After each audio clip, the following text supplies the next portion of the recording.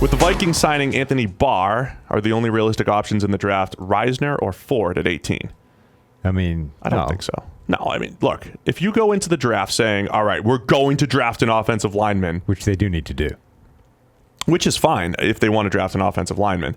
But if you go in short-sighted and say Derwin James falls to 18, Derwin James hypothetically falls to 18, I sure hope you're not like, man, I got to fill that right tackle depth chart spot.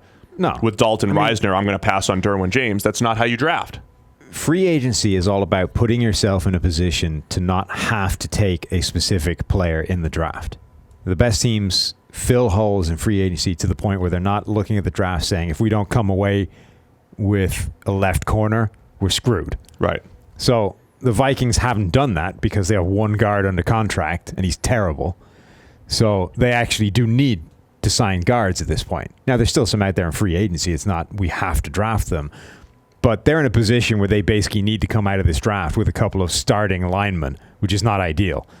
But it doesn't have to be in the first round necessarily. Right. They're going to be leaning in that direction, but should the right player fall to where they are, you would hope they wouldn't pass him up because they have to take a guard that's going to be starting. I mean, as much as you do need a left guard is the most inconsequential position in football.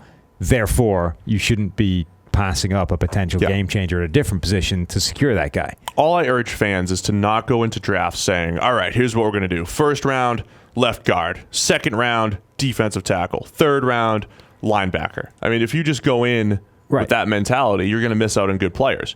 Now, Reisner or Ford at 18, I don't think that either would be a bad pick for the Vikings. But, I think if like a DeAndre Baker's there, if a great corner's there, despite what you have on your roster, you pull the trigger on the best player. Right. Now, the fact that the Vikings have put themselves in a position where they do kind of need to draft certain positions is bad in and of itself. But that's a different...